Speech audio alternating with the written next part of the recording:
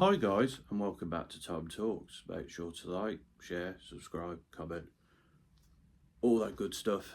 And today we're going to be talking about Man United's men's team.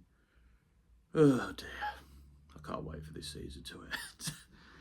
It's not been a good one. It has not been a good month at all. So let's get into it, shall we? I talked about in the last video the loss to Palace. We beat Leicester 2-1 in the FA Cup, although it was a very lacklustre performance.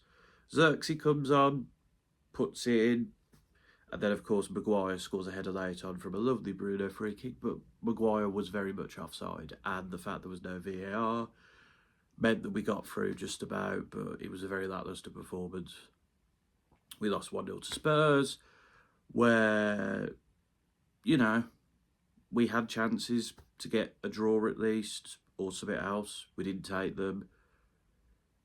We had a lot of injuries that game, and the manager didn't really bring any subs onto the pitch. It was a real lacklustre, nothing performance. We drew 2-2 with Everton. Really poor defending, in particular from Harry Maguire, meant we were 2-0 down at half-time. But we came back. Bruno scores a really good free kick. Agati gets his first goal. There's that penalty decision, which, people are going to say what they're going to say about that. I don't know how I feel about it. We get a point. We fight back.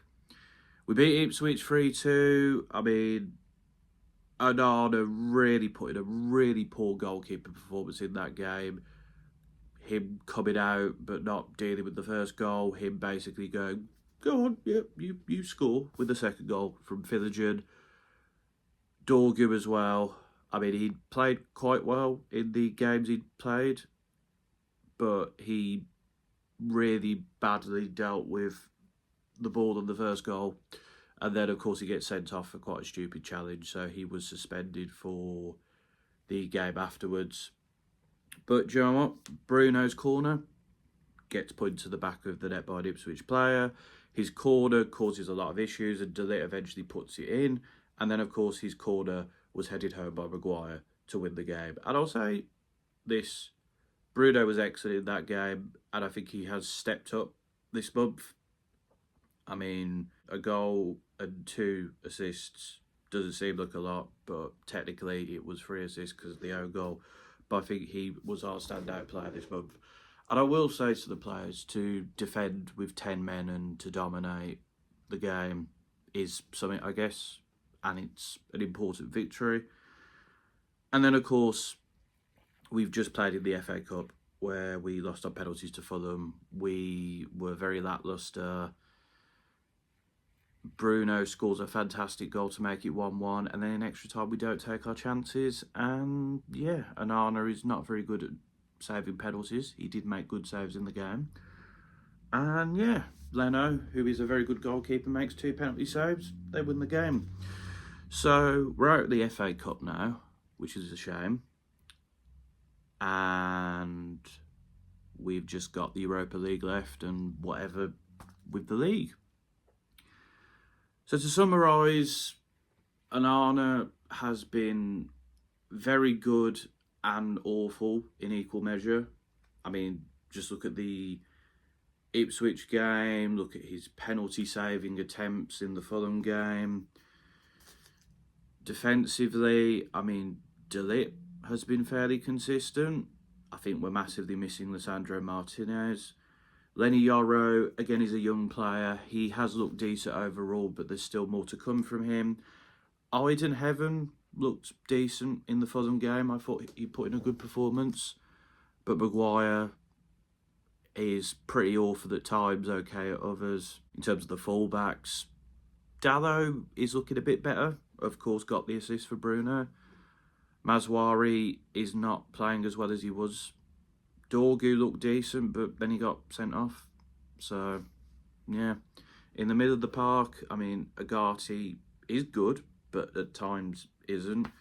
And then when we have to play Ericsson or Casemiro because of the injuries to Toby Collier and Kobbie Mainoo, those two just aren't at the races anymore, and I mean they're going to be leaving in the summer. Up front, we're really missing Amad Diallo, who is out for the season now. That's a big loss. Chidu Obi looks decent, but he's a young player. He's got to have time. Bruno, of course, has been our saving grace. He has been truly great, and the fact he has 24 goal contributions this season in this team, I think shows how good a player he is, and I'm fed up of having to argue with people about whether he's a world-class player or not. He very clearly is. Garnacho is a threat, but has really got off the boil, and his attitude is causing issues again, and he's a very frustrating player. Xerxes looks a lot better in that cam position, and he does play some good football, but he has got to improve on that. And then Hoyland's just been terrible. Like his hold-up play, his shooting, it's really bad. And yeah, we are not very good. I mean, we've had lots of injuries. I mean, as I've said, Martinez and Diallo are both out for the season now.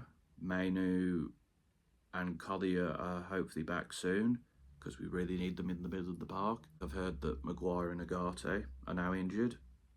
Particularly with Agate, that is a worry.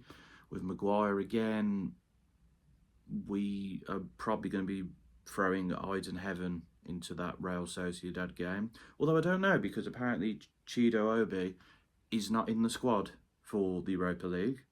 So that is annoying. But yeah, it's just Binder is also injured as well, which isn't good, because I would like to see him get more chances in the team with Nana's inconsistencies. But yeah, I don't really know what to say anymore. It's just a mess. The team is a mess. They're not good enough, or they don't care, or yeah, they bottle it. There's rumours now that they're looking to replace Amarin, which I think is a really stupid decision, considering he's not had the ability to bring the players he wants in. I think as well, the options they were looking at, which are rumours by the way, but Joachim Low, Max Allegri and Julian Lopetegui. You're telling me one of those three is going to do any better? Because I don't think so. Lopetegui failed at West Ham. Joachim Low has not managed in years, has not managed in club football in years. And Max Allegri is not the same manager he was. And look at his last season at Juve, where they finished quite low down and they weren't a great Juve team. So stick with Amarin. Just give him time, please. We can't go through another manager. It's not the manager's fault. Has he made mistakes? Yes, of course he has done. Will this formation take time to adjust to? Yeah, but give him time, man. Just give him time.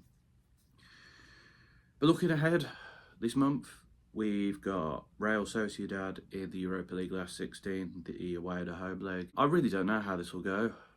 Real Sociedad have got some very good players. They're a decent team. They were one of the better teams in the Europa League, I believe.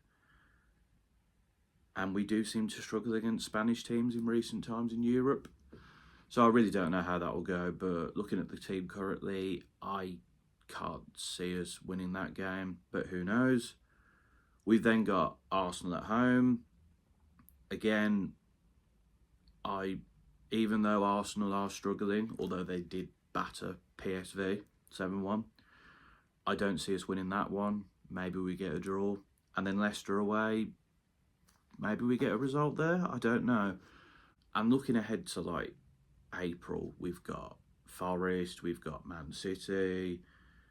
That's going to be a very difficult month for us. And that's just like the first couple of games of that month. I really don't know what to say anymore. I mean, I guess the Europa League is important.